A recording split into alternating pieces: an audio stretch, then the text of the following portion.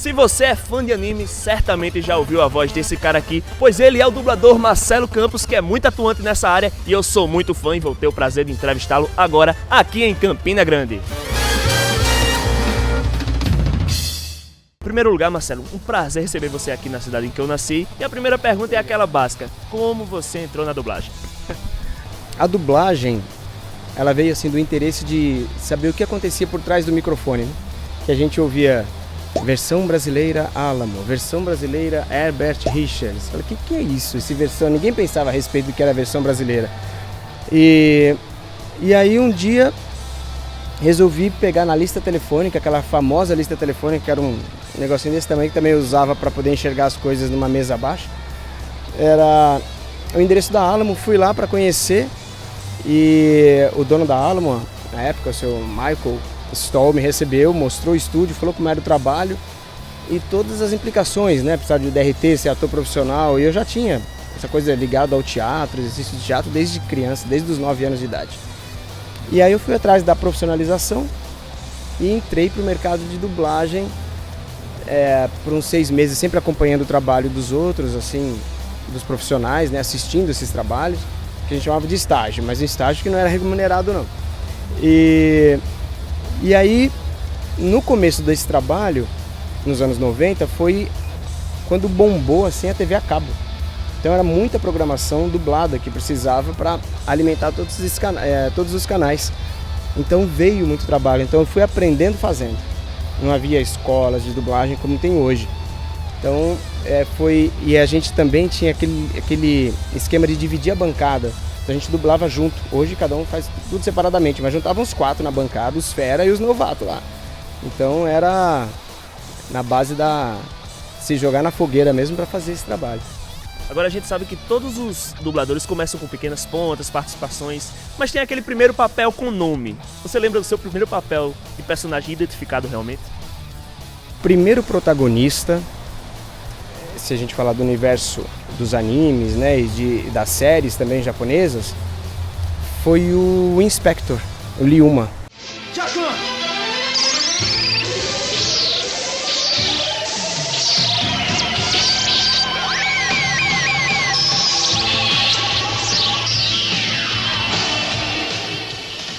Ativar o Win Squad. Primeiro protagonista de desenho animado foi Shurato. E antes do Shurato, eu tinha feito algumas participações no Cavaleiros do Zodíaco. Então começou com Jabu de Unicórnio, ou Jabu de Capricórnio, né? O Jabu de Unicórnio, o Mu de Ares, o Misty. E desses 3, o Mu foi o que mais teve... foi uma menor participação no começo, comparando com o Jabu. Mas foi o que mais caiu no gosto do público, né, dos personagens que eu fiz no Cavaleiros. Então foi o Mu de Ares, ele se destacou bastante. E depois em Dragon Ball veio Trunks do futuro. E mais tarde, depois de muito tempo, Yu-Gi-Oh! É hora do duelo! Então Yu-Gi-Oh! Foi um outro protagonista, mas que também fez muito sucesso.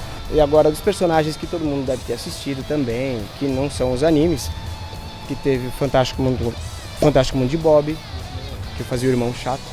O Doug, que é o Roger Klotz, que tocava o terror lá, né? O cara do bullying. Nem tinha nome bullying quando a gente dublava Doug.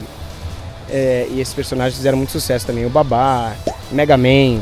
Então teve o Mega Man também, que aí... O Mega Man deve ter vindo até antes do Shurato, eu acredito. Então foi muita coisa. Durante o ano de 93, 94 foi muito trabalho. Foi bem bacana. Se a gente for parar aqui, vai ter anos e anos, a gente vai ficar falando personagens. Mas é claro, a galera vai pegar no meu pé se eu não falar do Eduardo Eric, se eu não falar do Wakabayashi, do Super Campeões e de vários outros personagens. Agora, Cavaleiros do Zodíaco marcou muito, mas eu particularmente noto uma coisa, porque eu sou um cara que gosta de dublagem, pesquisa pra saber quem são os dubladores, e no Cavaleiros você dublou, na minha conta, 5 personagens. Teve o Aracne, teve o Dante, você fez o Mu, você fez o Jabu, você fez o Misty também, o Cavaleiro de Prata. Eu queria saber por que isso acontece na dublagem, porque acaba que a gente identifica muito, olha, é o Marcelo que tá fazendo, olha, é fulano, cicrano e tal. Por que isso acontece? É porque quando nós recebemos, na época, o Cavaleiros do Zodíaco, ninguém sabia de onde vinha ou para onde ia. Então tinha episódios que vinham falando japonês, outros em espanhol, então vinham fora de ordem. Então é assim, quando surgiu a série, que tiveram os primeiros protagonistas escalados, o pessoal mais experiente, aí de repente chega um Jabu. Ah, tem um rapaz novo aí começando, bota o Marcelinho, faz o Jabu. Sumiu o Jabu. Aí vem episódio, nada de Jabu. Ninguém sabe, a gente não tinha um histórico, um Wikipedia do Cavaleiros do Zodíaco para saber que ele vai voltar depois. Então falaram, bom, aquele personagem sumiu, visitou, aí veio o Mu de Ares. Ah, então Marcelo não apareceu mais, o personagem dele bota para fazer Mu de Ares. Sumiu o Mu. Veio o Misty, não tinha quem. Bom, chama o Marcelo, porque se você for pensar, se você for calcular, hoje as vozes jovens, por faixa assim, então criança, adolescente, jovem, adulto um pouco mais velho, até acima de 50 anos, você vai pensar numa faixa, tem uns 15 dubladores por faixa, 20 por estado, né? Hoje deve ter mais, tem muita gente que eu não conheço, mas naquela época não era tanto assim, então devia ter uns 5 ou 6. Quando eu entrei era o Wendel, o Orlando Vigiani, que dublou o De Volta para o Futuro, o Marte, né? Hermes, Baroli, acho que começando o Márcio Araújo, tanto que eu brinco que o Cavaleiros do Zodíaco é o Cavaleiros da terceira idade, porque os dubladores eram tudo acima de 50, não era como o perfil de hoje em dia, se fosse dublar, ia pegar uma galera de 25, 26 anos, né? Então, eram poucas opções. E pela falta do histórico, de conhecer a obra como um todo, não sabia quando o personagem voltava ou não, é que deu como morto, então a gente já podia pegar um outro personagem. Aí aconteceu de Mu conversar com o Jabu, né? E aparecer Misty também em temporadas semelhantes. Agora, fora Cavaleiros do Zodíaco, você também deve ver as vozes repetindo muito em filmes, na televisão. Então, um dublador fazendo várias estrelas, né? Às vezes você está na cozinha ouvindo, você não sabe se você está assistindo, sei lá, Uma Noite no Museu, né? Ou qualquer outro filme dublado por aquele dublador. Às vezes acontece que no próprio filme o mesmo dublador faz vários figurantes, várias pontas também, né? Existe um limite de 3. 3 pontas por filme. 3 pontas por filme. Então, você tem um protagonista, o protagonista faz o protagonista. Dos personagens pequenos, existe um limite, que nem dá para explicar muito aqui, entrar em detalhes, mas tudo isso é controlado, existe um limite de participação. Então, um personagem grande, um personagem coadjuvante, protagonista, coadjuvante, aí tem os intermediários. Até um limite, ele só pode fazer um pequeno mesmo, ou 3 pequenininhos. Então, você não vai ver uma série. Ok, pode ter algum estúdio que vai querer economizar dinheiro e colocar um dublador para fazer tudo que é motorista e o garçom, participações pequenas, né? Não quando o motorista ou o garçom é protagonista. Mas personagens pequenas pode burlar a lei, pode um monte de gente fazer isso. Poder pode, mas não deve, né? E principalmente pela qualidade. Então, agora, entre as estrelas de Hollywood, tem dublador que pegam várias. Porque é o seguinte, é um trabalho que exige muita prática. Então você não consegue pegar um dublador e falar, opa, chegou um dublador, vamos lá fazer esse protagonista. Pode, mas não deve porque vai ficar ruim. Então precisa realmente de prática. E o dublador vive só da dublagem. Então ele circula pelos estúdios. Agora, eu me lembro até hoje, eu assisti uma propaganda em que você emprestava a voz, você era o narrador e aparecia a Fernanda Lima. Até hoje eu me lembro da cena e tal, e na minha cabeça foi, poxa, é o Trunks falando? Com a Fernanda Lima e tal. E eu fiquei tipo, cara, que legal, porque os dubladores têm a sua voz conhecida por personagens, mas agora eles estão emprestando a voz para publicidade. Você atua muito nessa área, né? Sim, de 2010 para cá resolvi inverter. Como eu estava conversando, o dublador tem que trabalhar bastante para fazer um bom orçamento. Só que existem outros mercados. E a publicidade é um mercado que me possibilitava trabalhar de casa. São trabalhos mais curtos, eles não são tão constantes como a dublagem, mas eles são mais curtos e remuneram melhor. Esse da Fernanda Lima era de carro, né? Na verdade, não, era de sandália. Tanto que você mostra uma cena que você mostra a sandália e ela ao mesmo tempo invertida. Negócio muito louco. Não é a Fernanda Lima. A Fernanda Lima eu fiz junto com ela a Chevrolet. Propaganda gratuita. Outro ator lá. Era Vanessa Camargo. Sim. Né? Sim, nossa, faz tempo. Era uma sandália, faz bastante tempo. Uns 15 anos. Desenterrei, hein? Desenterrou. É o que eu falo. Você vai ver... Fala assim, a situação tá tão crítica, a crise tá tão brava que você vai ver Moody Ares fazendo comercial de azeites Galo. Você vai ver o Yu-Gi-Oh! Vendendo ponto frio. Né? Então eles estão lá dobrando o turno para conseguir um orçamento melhor para manter lá a família anime. Você também presta voz para vários atores muito consagrados. O John Depp você já fez o Brad Pitt, você já fez também o Seymour Philip Hoffman. Eu queria saber se quando você pega um papel desse, você sente uma responsabilidade maior e também se quando eles são premiados em Oscars e em outras premiações, você também se sente vitorioso de certa forma. Sim, sim. Normalmente a gente vai dublar depois da premiação do Oscar.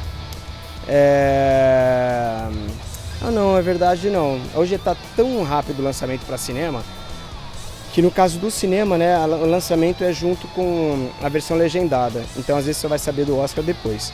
Mas o Philip Seymour Hoffman, que foi no Capote, um excelente filme. Eu tinha assistido antes, ele fez um trabalho vocal de construção daquele personagem. Eu falei que seria dublar. Quando veio para eu dublar, que teve um teste que veio para eu falei, cara, veio para eu dublar.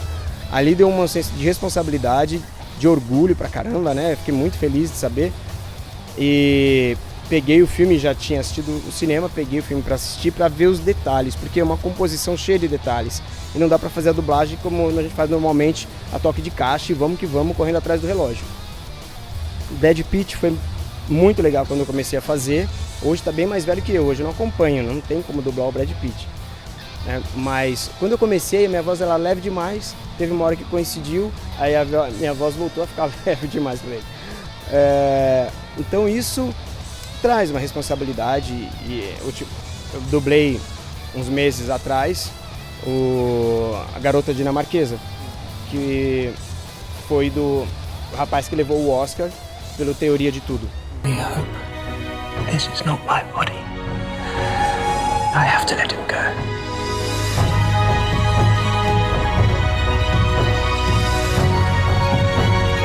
E é essa parte gratificante da dublagem, essa parte muito gratificante, que vem um desafio muito grande. E a gente vê quando o trabalho ficou bem feito, é muito legal. Como logo já sabe, pergunta, resposta, a primeira coisa que vier na sua cabeça. Uma luta de animes épica. Trunks do futuro, épica porque não acabava nunca, né? Ele fez aquele... Freeza! Você ficou uma semana esperando aquele duelo. Um personagem que gostaria de ter dublado, mas infelizmente não fez. De Volta pro Futuro. Um dublador para se espelhar. Samira Fernandes, minha colega de trabalho, genial. Um herói da infância. Um herói da infância, Superman, Clark Kent com Christopher Reeves.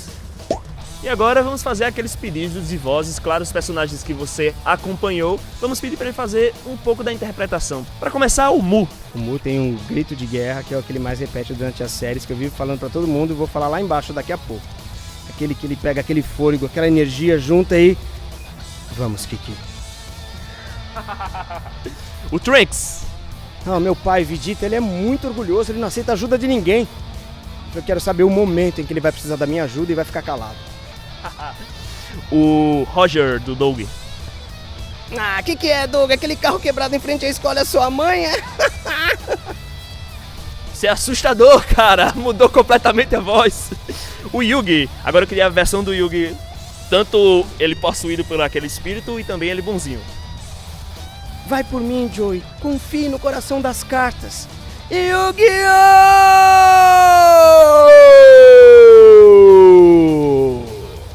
Hora do duelo. Eu ataco com o Mago Negro em modo de ataque. Você lembra do General Blue de Dragon Ball? Ai, tira esse doce de perto de mim que isso engorda. O Eric? Quem foi que me chamou de baixinho? Eu não sou baixinho. O Zoro? O Zoro falava tudo aqui. Deixa comigo que eu resolvo essa situação. Depois de dormir um pouco. O Babá? Cornelius, Pompadour, o Ratachés vai invadir a aldeia. A gente tem que fazer alguma coisa. O Akabayashi. E o Echo de League of Legends. Eu sou o Senhor do Tempo. Sabe aquela frase, é hora do duelo do Yu-Gi-Oh? Eu quero que você faça, é hora do show! Biu! É hora do show! Biu! E agora também, no mesmo jogo, e é hora de aventura. Com a voz de quem? O mesmo Yugi. Yugi. Pequenininho. Do mesmo jeito. Confie no coração das cartas. É hora de aventura! O Trunks é pra recitar. Não era amor, não era amor, era cilada. Não era amor. Não era amor. Era cilada. Isso é uma música de pagodão, conhece, não? Não! E agora, o Echo, que vai ser aquela frase de Galvão Bueno, porque todo mundo fala que ele é o menino Neymar. Aí você fala, parabéns, você foi dribado. Que é uma gíria da internet. Você foi dribado. Joga muito esse menino Echo. Parabéns, você foi dribado. Joga muito esse menino Echo. Esse foi o Marcelo Campos, muito obrigado por sua entrevista. E é claro, volte sempre a Campina Grande, você será sempre muito bem recebido. Obrigado, foi um prazer. Tchau, pessoal. Valeu, galera. Fim!